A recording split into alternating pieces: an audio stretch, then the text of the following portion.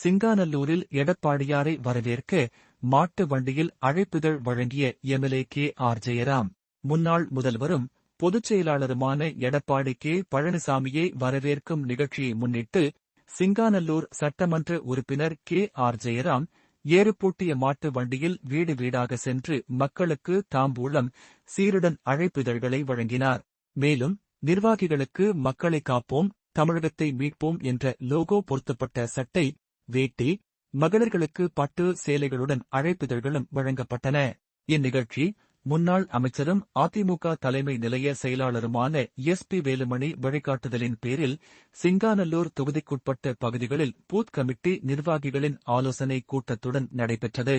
வரும் செப்டம்பர் 13ஆம் தேதி சிங்காநல்லூர் தொகுதியின் மசக்காளிப்பாளையம் சாலையில் பாலன் நகர் வளைவு அருகில் எடப்பாடியார் தலைமையில் மக்களை காப்போம், தமிழகத்தை மீட்போம் எழுச்சி பிரச்சாரம் நடைபெறவுள்ளது. இதனை முன்னிட்டு சிங்காநல்லூர் செயலாளர் சிவக்குமார் தலைமையில் ஆலோசனை கூட்டமும் நடைபெற்றது. கூட்டத்தில் சிறப்பு விருந்தினராக கோவை மாநகர மாவட்ட செயலாளரும் வடக்கு சட்டமன்ற உறுப்பினருமான அம்மன் கே. அர்ச்சுனன், சிங்காநல்லூர் சட்டமன்ற உறுப்பினர் கே.ஆர். ஜெயராம் உள்ளிட்டோர் கலந்து கொண்டு நிர்வாகிகளுக்கு வேட்டி, சட்டை, சேலைகளுடன் அழைப்பிதழ்களை வழங்கினர்.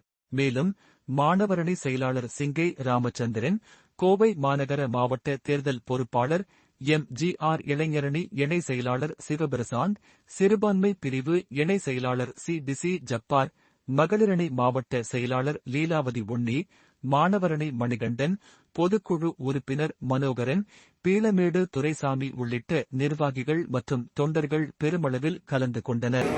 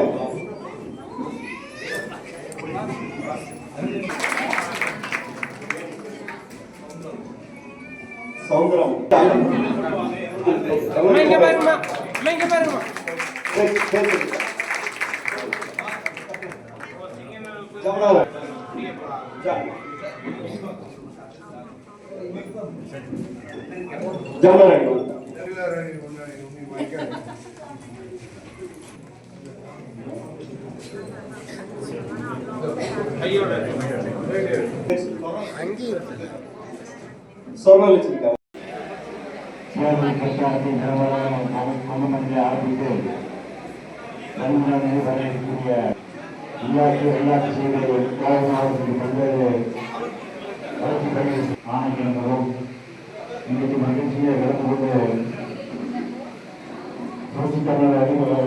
வெற்றி பயணத்துக்கு எவ்வாறு வழியிட வேண்டும் என்று நம்ம எல்லா மாவட்டத்தில் தமிழர்கள் கண்டிப்பாக வருகின்ற கோவை மாநகர மாவட்ட கழகத்துடைய செயலாளர், வழக்கு சட்டப்பேரவையில் இருக்கிற அன்புக்கு மரியாதைக்குரிய அம்மனசன் அவர்களே,